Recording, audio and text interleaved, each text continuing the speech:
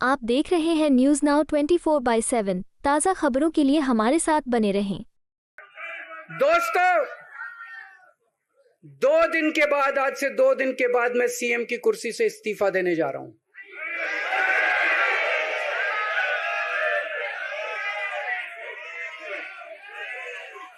और मैं तब तक सीएम की कुर्सी पे नहीं बैठूंगा जब तक जनता अपना फैसला ना सुना दे। मैं जनता के बीच में जाऊंगा, गली गली में जाऊंगा, घर घर में जाऊंगा, और जब तक जनता अपना फैसला ना सुना दे कि केजरीवाल ईमानदार है, तब तक मैं सीएम की कुर्सी के ऊपर नहीं बैठूंगा। ये पहला देश में चुनाव होगा जिसमें एक मुख्यमंत्री कह रहा है कि ईमानदारी के नाम पे इस चुनाव को लड़ा जाएगा, और वो तब जब देश की केंद्र सरकार सारी एजेंसियों को लेके, क्या ईडी, क्या सीबीआई, क्या इनकम टैक्स, क्या एसीबी, सब एजेंसियों को लेके एक मुख्यमंत्री के पीछे लगी हो। प्रधानमंत्री मोदी ने अपनी सरकार और अपनी एजेंसियों द्वारा जो षड्यंत्र रचा और अरविंद केजरीवाल जी को फंसाने की जो कोशिश हुई, अरविंद केजरीवाल अकेले लड़के उससे बाहर आए हैं और उन्होंने इनके सारे षड्यंत्र कल फेल कर दिए जब उन्होंने कहा कि मैं जनता की अदालत में जाऊंगा, जनता के सामने अग्नि परीक्षा दूंगा। अगर जनता कहेगी कि हमारा मुख्यमंत्री ईमानदार है तो मैं इस कुर्सी पे बैठूंगा, वरना नहीं बैठूंगा। दिल्ली के मुख्यमंत्री अरविंद केजरीवाल के इस्तीफे की घोषणा के एक दिन बाद दिल्ली के मंत्री और आप नेता सौरभ भारद्वाज ने सोमवार को कहा कि भारतीय जनता पार्टी ने 2 साल में जो कुछ भी किया है, उसके बावजूद मुख्यमंत्री को अभी भी अपने लोगों और अपनी ईमानदारी पर भरोसा है। उन्होंने आगे कहा कि इतिहास में ऐसा कभी नहीं हुआ कि कोई मौजूदा मुख्यमंत्री जेल से बाहर आने के बाद खुद ये घोषणा कर रहा हो कि अगर आप उसे ईमानदार मानते हैं तो उसे वोट दें।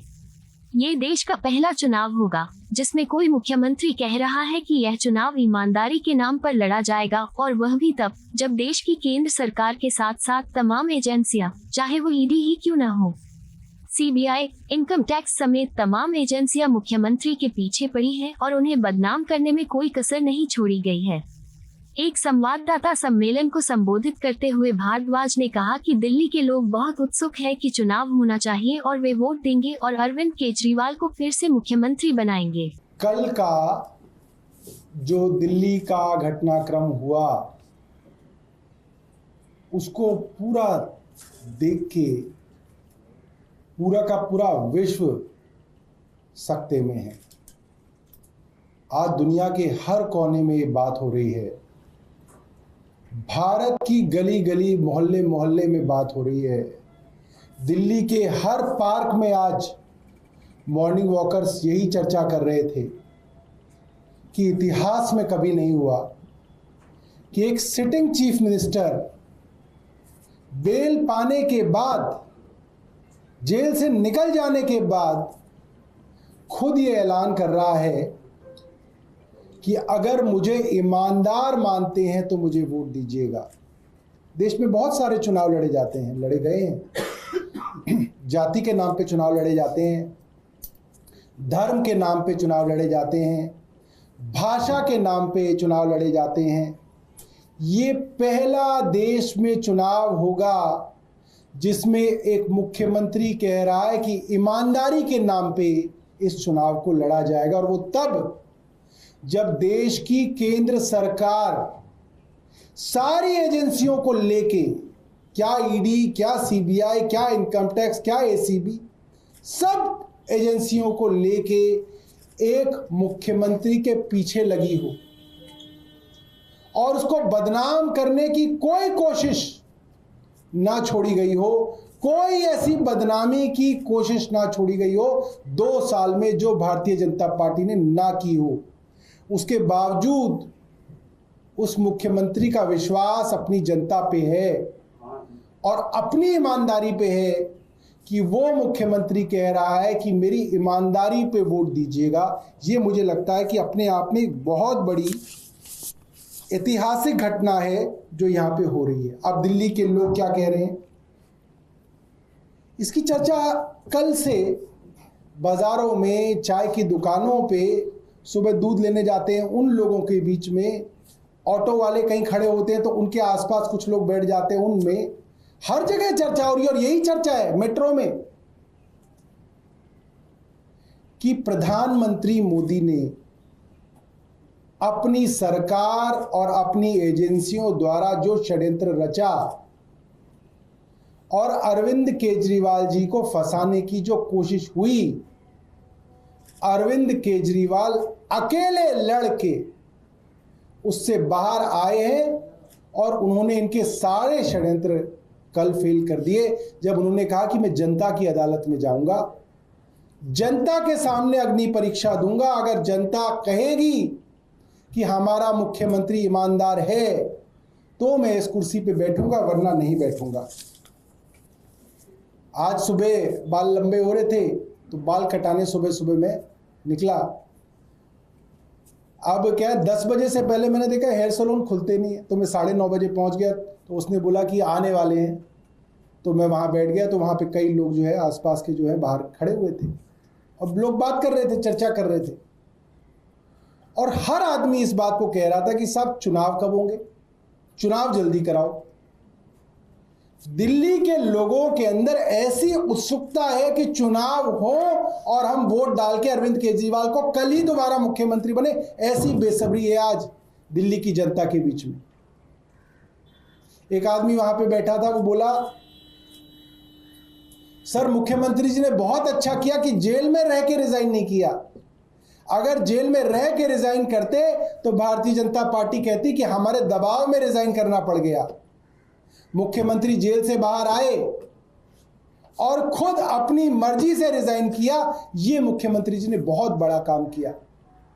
एक और वहां पे व्यक्ति थे, वो ये बात कर रहे थे, मैंने अभी फोन पे उनसे पूछा, तो वे रहते तो हमारे ग्रेटर कैलाश में, मगर दुकान उनकी लाजपत नगर में। तो कह रहे थे कि सर लाजपत नगर के भी जो दुकानदारों का ग्रुप है जिसमें अधिकतर लोग भारतीय जनता पार्टी के समर्थक हैं, वो लोग भी ये बात कह रहे हैं कि ये अपने आप में बहुत बड़ी बात है कि एक मुख्यमंत्री अपनी कुर्सी से खुद रिजाइन करके कह रहा है कि जनता कहेगी मैं ईमानदार हूं तो इस कुर्सी पे बैठूंगा, वरना इस कुर्सी पे नहीं बैठूंगा। इसके बाद मोटे तौर पे जनता के बीच में जो बातचीत है वो ये है कि भारतीय जनता पार्टी को लेकर जबरदस्त नाराजगी है।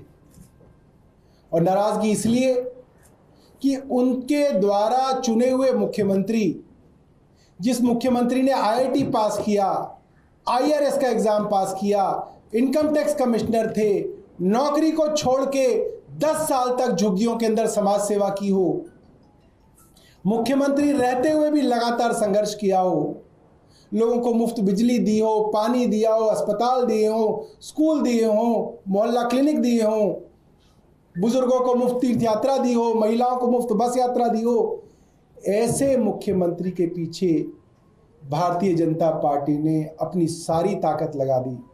आज लोगों के मन में बहुत नाराजगी है कि एक ईमानदार आदमी के पीछे पूरी की पूरी केंद्र सरकार पड़ गई और उस बेचारे को जेल तक लेके गए।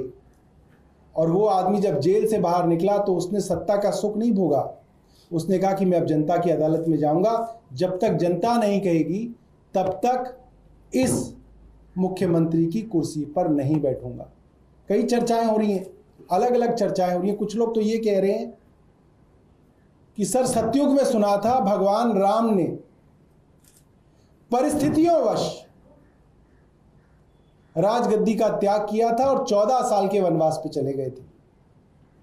अयोध्या की सारी जनता रो रही थी, बिलख रही थी कि राम आप मत जाइए, आप इस सिंहासन पे बैठिए, मगर मर्यादा के कारण, परिस्थितियों के कारण राम उस सिंहासन को छोड़ के चले गए और 14 साल के वनवास पे रहे।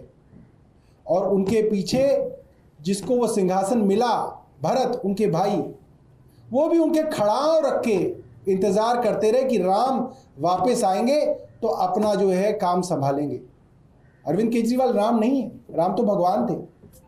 भगवान राम के भक्त हनुमान और हनुमान के भक्त अरविंद केजरीवाल जी हैं। वो तो राम से तुलना नहीं की जा सकती। मगर जिस मर्यादा के नाम पे सतयुग में भगवान राम ने अपना सिंहासन छोड़ा था, आज ऐसा उदाहरण दिख रहा है कि एक मर्यादा के नाम पे, एक नैतिकता के नाम पे, एक जनता के हाथ में अपनी पूरी की पूरी बागडोर देने के नाम पे अरविंद केजरीवाल ने इस्तीफा दिया है। और अरविंद केजरीवाल जी ने कहा है जनता वापस बिठाएगी तो इस कुर्सी पे बैठूंगा, वरना इस कुर्सी पे नहीं बैठूंगा। आपको यह वीडियो पसंद आया हो तो इसे लाइक करें, हमारे चैनल को सब्सक्राइब करें।